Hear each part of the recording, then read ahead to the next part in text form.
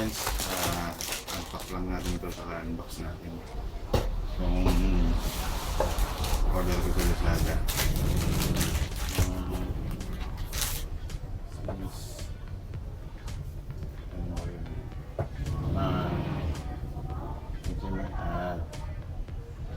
First time na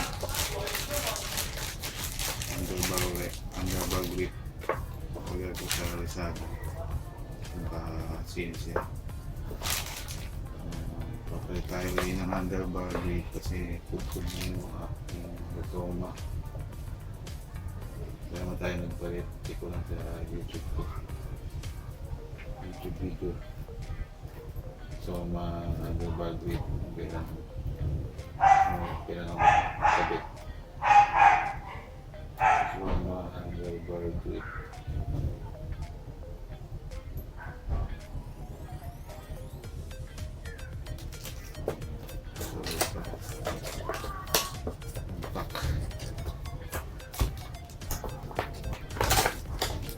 Makapal naman siya. Okay din yung mga feedback ng mga kumuha.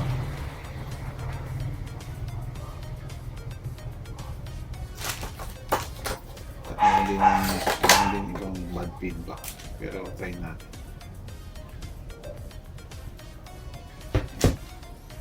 Okay, block ang kinuha ko para medyo mabigat siya. Yan lang naman, and then siguro panoorin na lang yung ibang video ko ng pagkabit ng mga underbar grip. Siguro hindi ko nagawa ng video ko. Gawan ko ng time lapse siguro. Okay, ito eh.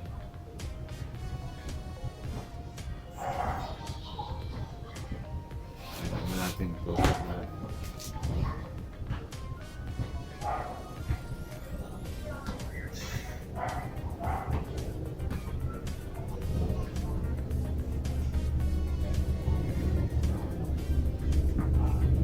Bago is click the subscribe button and the notification bell. So future video upload and update yung channel ko sa giveaway. Hintay lang tayo.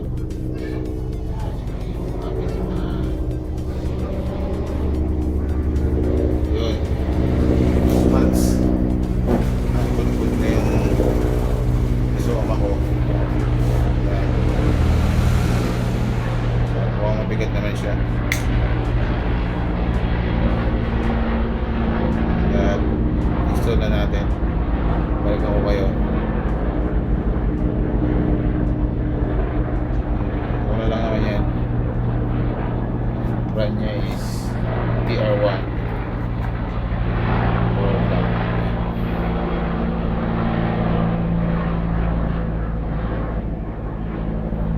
TR1 yan.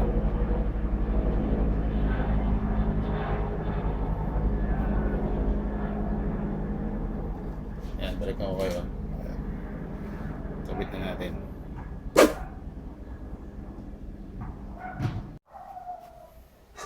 Yan, babalik mga kamotor ko. Yan, sabit na natin. Kailangan natin ng 6mm na Allen key. Metric. Hanggang mga barem. Hopefully sana kasya. Kasi may iba nag-comment. Sa doon sa seller hindi kasya. Sana kasya. Kaya try kong hindi gumamit na itong bar end kasi baka mabigat naman itong bar end niya. Ngayon kaya ba hindi mag-workout, mamodify ko. Kakatag ko lang naman yun. Ayan. At ita-time lapse ko na lang yung pag-install kasi medyo matagal. Then after nun, balikan ko kayo.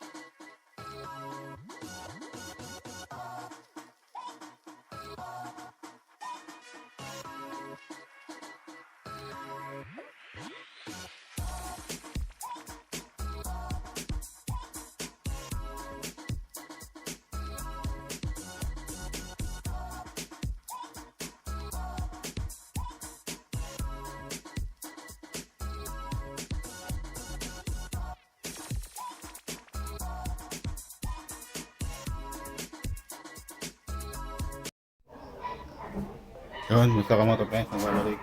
Yan, ito yung Xiaomi handlebar grip. Yan, medyo pagod na after 5 months. So sa kanan, medyo malambot, deform na siya. So far okay naman din siya. Itong Xiaomi handlebar grip sa right, medyo maluwag siya. Kaya nalagyan ko siya nung dati ng electrical tape. Kasi kahit pag wala nang electrical tape, naikot. Kita ka medyo madumi yung ganitong kulay. Kaya yan. Then doon naman sa TR1, okay naman siya. Medyo masikip naman doon sa right na handlebar grip.